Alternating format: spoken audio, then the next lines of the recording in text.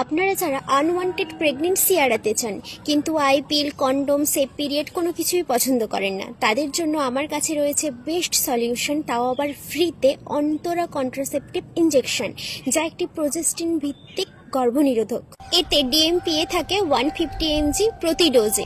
এটা মোটামুটি 3 রকম ভাবে কাজ করে।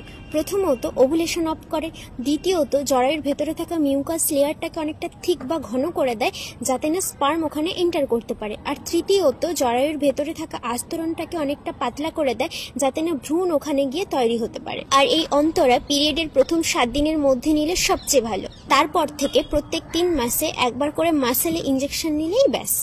তবে স্তন্যদানযুক্ত মা প্রসবের 6 সপ্তাহ পর থেকে এটা শুরু করতে পারেন। এই পদ্ধতিতে মেডিসিন খাওয়ার ঝামেলা নেই, স্তন্যদানযুক্ত মায়ের জন্য নিরাপদ, দৈনিক কোনো রকম ভাবে প্রোটেকশনও লাগে না। মাসিক অনিয়মিত হওয়া, ওজন বেড়ে যাওয়া, মুড সুইংসের মতো সমস্যা দেখা দিতে পারে। তবে হ্যাঁ, হাড়ের সমস্যা থাকলে দীর্ঘমেয়াদে এটি ইউজ না করাই ভালো। যে কোনো সরকারি স্বাস্থ্যকেন্দ্রে গেলে ফ্রিতে পেয়ে যাবেন। তাহলে আর কি, বন্ধুকে শেয়ার করে দিন আর আজই চলে যান।